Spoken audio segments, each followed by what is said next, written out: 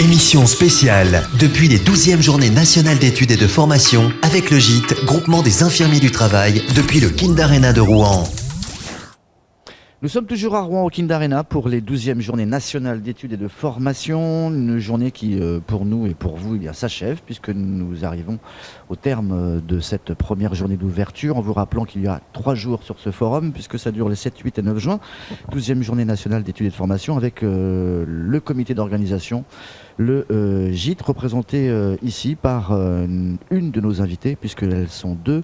Nous avons Agnès Blanquet qui fait partie donc de ce groupement du GIT. Agnès, bonjour. Bonjour. Et nous avons Marianne Jacquard. Bonjour Marianne. Bonjour. Qui nous vient donc de l'autre côté de la frontière de Belgique. C'est cela.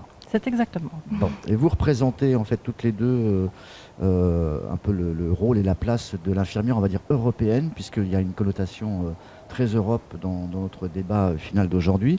D'une part sur la Belgique et d'autre part peut-être sur les échanges qu'il y a entre la France et le Benelux en général.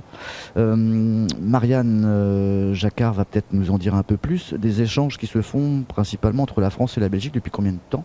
Ça existe déjà ? Donc il y a de nombreuses années que comme nous sommes des pays voisins amis, on essaye quand même d'avoir beaucoup d'échanges et de faire avancer la profession et la reconnaissance du statut des infirmières en santé au travail. Et nous avons participé l'année passée d'ailleurs à un congrès à Rotterdam. Et c'est comme ça qu'on a pu lier des liens plus solides. Ça devait être sympa aux Pays-Bas. Exactement. Très bien. Agnès, donc des échanges qui sont pratiquement nécessaires, qui sont logiques en fait, avec ces deux pays frontaliers. Oui, et puis même au-delà de ces deux pays, puisque j'ai l'honneur de représenter la FONE. La FONE qui est une association européenne qui regroupe toutes les associations nationales d'infirmiers et infirmières de santé au travail.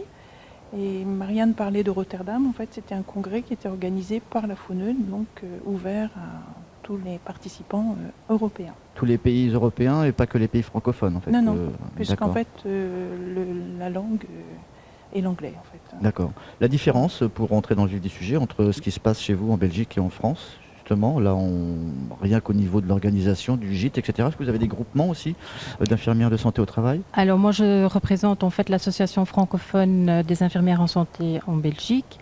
Et nous avons dû nous associer à l'association néerlandophone parce qu'on sait qu'en Belgique, le contexte est toujours un peu plus compliqué. Et nous avons créé alors une union professionnelle de manière à avoir un peu plus de poids au niveau politique et d'être reconnus dans notre profession. D'accord, les infirmières wallonnes et flamandes. La santé au travail, ça se différencie comment dans chaque pays ? Je pense que chez nous, la législation est restée plus floue sur le rôle de l'infirmière. Donc, le contexte étant moins précisé, ça crée plus de difficultés pour être reconnu puisque nous devons, nous évoluons quand même dans les entreprises, mais disons que l'employeur, s'il n'a pas une obligation légale, il n'a pas d'intérêt à engager une infirmière. Donc on travaille plus facilement dans des services externes actuellement, mais en nous impliquant de la même façon. Et pour ça, on a un rôle assez proche des infirmières françaises.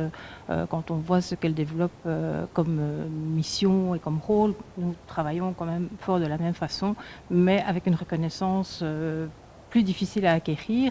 Mais on voit qu'elles font beaucoup d'avancées, qu'il y a beaucoup d'énergie et je pense que cette énergie va être très profitable pour nous. Il va y avoir des évolutions dans la loi, peut-être ? On espère bien. Vous espérez ? Vous y travaillez, c'est-à-dire que vous avez une représentation suffisamment forte pour faire remonter les avancées que vous voudriez voir, issues d'ailleurs de vos partages, de vos échanges.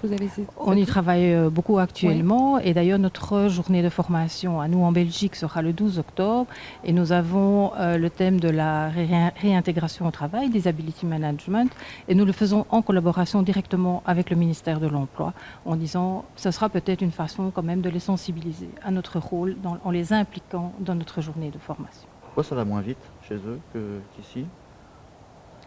En fait, la différence, c'est quoi ? C'est la perception de l'infirmière de santé au travail, elle n'est pas assez je ne suis pas valorisée ? sûre que ça aille moins vite. En fait, on préfère avancer doucement mais sûrement.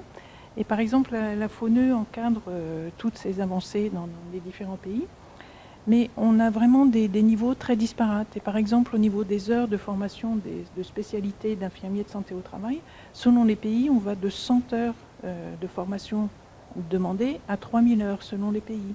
Il y a des pays où on ne demande pas du tout de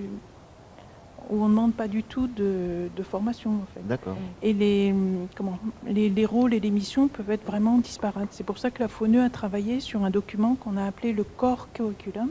Et en fait, l'idée, c'est de faire un tronc commun qui est présenté au niveau des universités et pour proposer à chaque infirmière en Europe de se baser sur son tronc commun pour avoir un niveau qu'on espère le plus avancé, pour arriver à un niveau master, pour que chacun puisse bien faire évoluer la Ça veut dire que formation. là, c'est compliqué pour que quelqu'un de l'étranger puisse travailler en France, justement, si on n'a pas la même formation.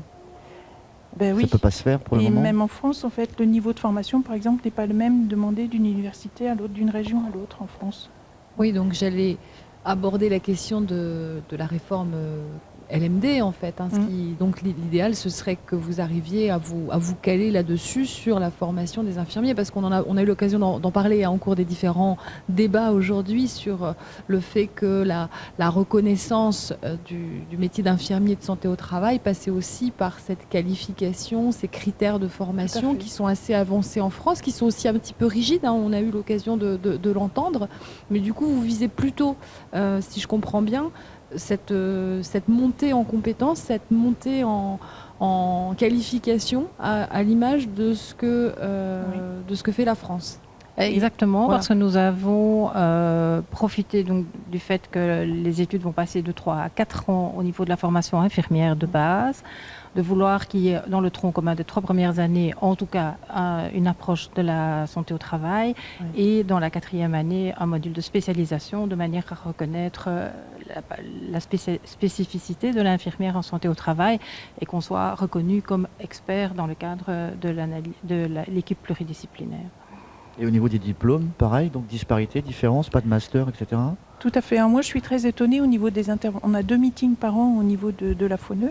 Et en fait, les premières fois que je suis intervenue, j'ai vraiment été épatée de voir des collègues infirmières qui avaient des niveaux doctorat, qui enseignaient en université. En France, ça n'existe pas encore, quoi.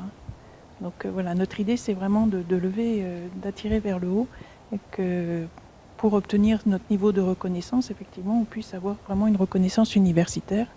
Juste une petite question de géopolitique. Qu'est-ce qui va faire bouger les choses chez vous? C'est le ministère de la Santé, du Travail, c'est le gouvernement? Mais nous dépendons du ministère de l'Emploi et du Travail, et tout ce qui est les décisions pour les infirmières, c'est le ministère de la Santé, mais en plus, il y a chez nous le problème communautaire, et le nombre de ministres, il y a le ministre de l'Enseignement, il y a le ministre de la Santé, du Travail, et puis...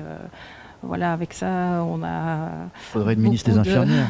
C'est donc un système complexe dans lequel vous avez du mal à trouver votre place. Voilà, oui. tout à fait, oui. C'est pour ça que la FONE peut vraiment nous être très utile, parce que la FONE est reconnue au niveau de la Commission européenne, elle est reconnue au niveau de l'Organisation internationale du travail, au niveau de l'OMS, donc ça peut nous permettre de vraiment bien établir ce cadre dont chaque infirmière européenne pourrait bénéficier. Il nous reste peu de temps. Est-ce que éventuellement vous recherchez des infirmières qui éventuellement auraient la volonté peut-être de travailler à l'étranger ou d'adhérer à votre association ou pas? Oui. Alors en fait, pour adhérer à la FONE, il y a la possibilité qu'il y ait 2 associations par pays qui adhèrent. Il faut déjà adhérer à une association nationale, et ensuite c'est l'association nationale qui missionne un ou une de ses adhérents pour représenter au niveau de la FONE. D'accord. Prochain forum chez vous à l'étranger, ça sera après Le prochain meeting, ce sera à Stockholm à la fin du mois. Oula, Voilà. très bien, joli voyage. Merci d'avoir accepté notre invitation, Marianne et Agnès. On vous souhaite le meilleur en tout cas, et puis que ça avance vite du côté de Bruxelles. Merci, à très vite. Merci, Merci au à revoir. vous. Au revoir.